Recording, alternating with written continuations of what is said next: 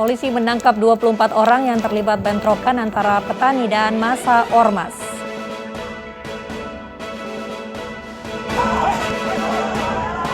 Demonstrasi ratusan mahasiswa di Serang, Banten berakhir ricuh.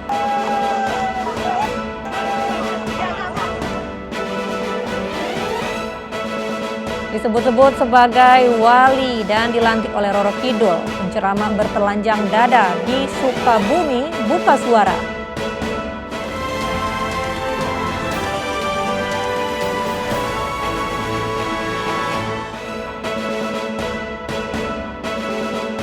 Halo, selamat malam pemirsa. Selain informasi tadi, kami juga akan menyuguhkan beragam informasi terkait salah satunya pemerintah kembali melanjutkan pemberlakuan pemberantasan kegiatan masyarakat PPKM selama 2 minggu ke depan mulai 5 hingga 18 Oktober mendatang.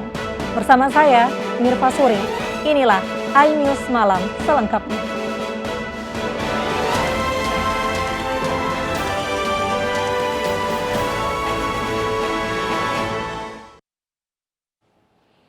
Polisi menangkap 24 orang yang terlibat bentrokan antara petani dan massa ormas di Desa Kerticala, Kecamatan Tukdana, Indramayu, Jawa Barat. Dalam bentrokan itu 2 orang meninggal dunia.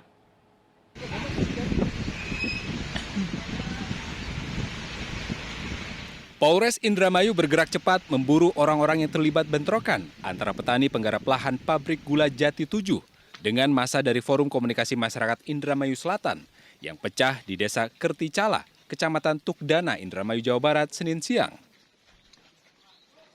Usai menangkap 19 pelaku bentrok di lokasi kejadian, puluhan polisi menyisir Desa Amis, Kecamatan Cikedung untuk mencari pelaku lainnya. Di Desa Amis, polisi menangkap 5 orang, termasuk seorang anggota DPRD Indramayu berinisial T. Dari total 24 orang yang ditangkap, semuanya merupakan anggota Forum Komunikasi Masyarakat Indramayu Selatan atau FKMIS.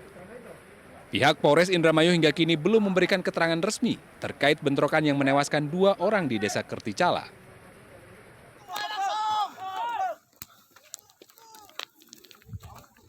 Bentrokan bermula ketika petani penggarap lahan pabrik gula Jati 7 selesai menggarap lahan seluas 4 hektar di petak 112 wilayah Kerticala. Lahan yang baru selesai digarap diratakan kembali dengan tanah oleh massa dari Forum Komunikasi Masyarakat Indramayu Selatan, FKMIS. Tak berhenti di situ, massa dari FKMIS juga menyerang para petani penggarap dengan senjata tajam. Akibatnya, 2 petani asal Majalengka, yakni Suhenda dan Yayat Sutarian, meninggal dengan luka sabetan senjata tajam. Sangat menyesalkan dengan kejadian seperti ini. Siapapun korbannya, saya kira ini tidak boleh terjadi. Jadi segala sesuatu hal bisa kita musyawarahkan, harus segera mengclearen atau menjelaskan bagaimana tata kelola, bagaimana mengelola lahan di pabrik gula ini, jangan sampai ada konflik kembali, karena ini adalah akibat ketidakjelasan, akibat ketidaktegasan dari pihak pabrik gula. Saya kira harus tegas. Jadi tidak boleh ada oknum, tidak boleh ada lembaga yang mengatasnamakan LSM manapun itu menguasai lahan itu. Jadi tetap kita pemerintah yang mengatur. 2 jenazah korban bentrokan saat ini berada di Rumah Sakit Bayangkara Indramayu untuk pemeriksaan lebih lanjut. Dari Indramayu dan Majalengka, Jawa Barat, To Iskandar dan Muhammad Zaini Johadi, iNews melaporkan. Demonstrasi ratusan mahasiswa di Serang, Banten berakhir ricuh. Sejumlah mahasiswa ditangkap aparat lantaran membakar ban bekas dan menimbulkan kerumunan.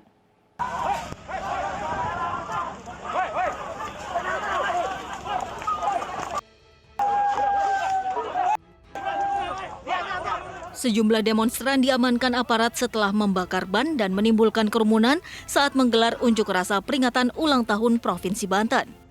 Setelah sempat saling dorong dan kejar-kejaran, polisi langsung memukul mundur mahasiswa dan menangkap 13 pengunjuk rasa.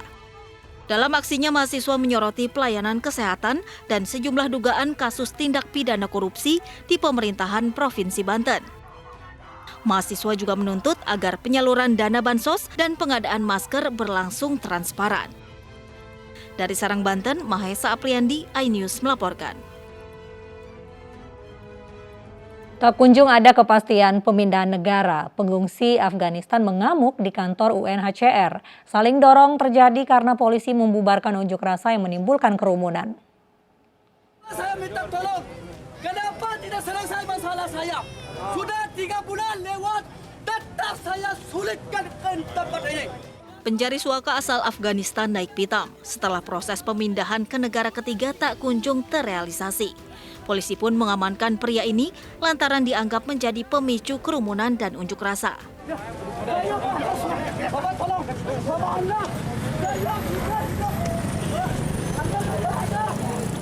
Aksi saling dorong demonstran dengan petugas pun tak terhindari lantaran pengunjuk rasa menolak dibubarkan. Aparat membubarkan unjuk rasa lantaran menimbulkan kerumunan dan tidak memiliki izin. Sejumlah demonstran yang dianggap provokator pun diamankan petugas. So we are here coming because we have been here for 9 years, 10 years in here. So this is the UNHCR officer.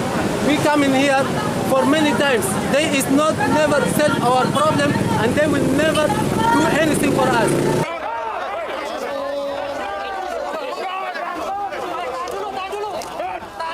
Bentrokan juga nyaris terjadi saat aparat gabungan berupaya membongkar tenda pengungsi Afghanistan yang berdiri di kawasan Kebon Siri, Jakarta. Selain mengganggu ketertiban dan kenyamanan warga Kebon Siri, tenda yang didirikan adalah ilegal dan berpotensi menimbulkan kerumunan. Setelah diberi penjelasan dan tenda mereka dibongkar, satu persatu pencari suaka pun meninggalkan kantor UNHCR dan kawasan Kebon Siri, Jakarta Pusat. Saya himbau kepada para pengungsi, Anda berada di wilayah warga masyarakat. Tidak ada aksi selama PPKM level 3 di wilayah Jakarta. Pasca Afghanistan dikuasai Taliban, gelombang unjuk rasa pencari suaka di kantor UNHCR semakin gencar. Mereka menuntut kejelasan perpindahan ke negara ketiga setelah Indonesia yang menerima pengungsi Afghanistan. Dari Jakarta, Rani Sanjaya, iNews melaporkan. Dua kelompok massa terlibat kericuhan di kawasan industri KIIC, Karawang, Jawa Barat. Kericuhan berawal saat massa berunjuk rasa pengelolaan limbah diadang sekelompok orang yang diduga suruhan pengusaha. Aksi warga desa Sukaluyu, Karawang, Jawa Barat berakhir ricuh setelah diadang sekelompok orang yang diduga suruhan pengusaha limbah. Menurut pengunjuk rasa, penghadangan sudah direncanakan terhadap iring-iringan warga. Akibat bentrokan, sejumlah orang terluka serta sejumlah sepeda motor rusak. Sebelumnya warga menuntut pengelolaan limbah lantaran sudah 1 tahun lebih limbah tidak ada kontribusinya untuk warga.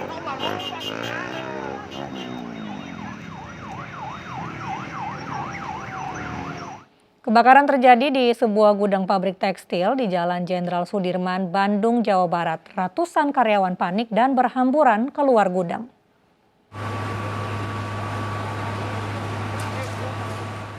Pabrik tekstil di Jalan Jenderal Sudirman, Cijerah, Bandung, Jawa Barat terbakar Senin pagi.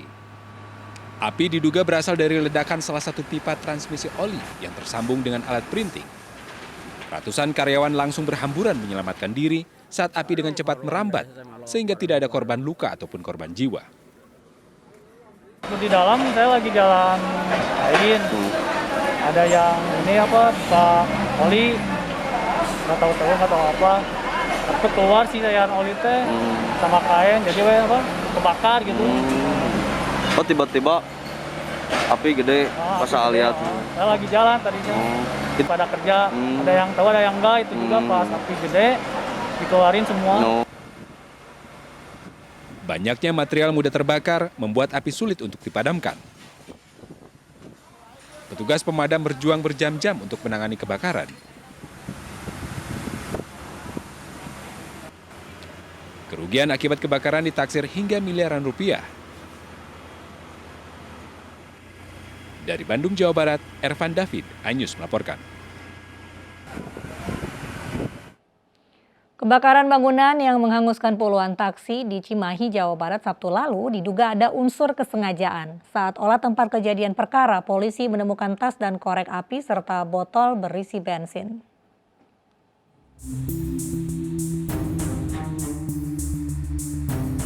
Tim Inavis penyidik Satreskrim Polres Cimahi mendatangi lokasi kebakaran di Jalan Ranca Bali, Kota Cimahi untuk olah tempat kejadian perkara. Di lokasi, polisi menemukan tas dan korek api serta botol berisi bensin yang diduga digunakan pelaku untuk membakar. Hasil penyelidikan sementara, kebakaran pool taksi ini diduga ada unsur kesengajaan. Polisi juga mengamankan satu orang yang diduga pelaku berinisial AA yang merupakan sopir taksi. Secara motif kita sudah amankan tersangka, proses modus dan sebagainya mungkin nanti dijelaskan dalam proses penyidikan. Berapa orang Pak yang sudah diamankan Pak? Sementara satu orang yang sudah kita amankan. Sebelumnya kebakaran menghanguskan puluhan mobil taksi di Jalan Gunung Batu, Cimahi, Jawa Barat, Sabtu lalu. Mobil yang masih berisi bahan bakar membuat api cepat membesar. Api berhasil dipadamkan 2 jam kemudian setelah petugas menurunkan belasan unit mobil pemadam kebakaran. 30 unit taksi jenis sedan terbakar dalam peristiwa ini. 23 unit diantaranya dapat diselamatkan. Seorang karyawan sempat dibawa ke rumah sakit karena sesak nafas. Dari Cimahi, Jawa Barat, Yuwono, iNews melaporkan. Seorang preman ditangkap polisi karena melakukan pungutan liar secara paksa terhadap pedagang ayam potong di Medan, Sumatera Utara. Pelaku bahkan menggunakan kwitansi pembayaran dan aksinya viral di media sosial.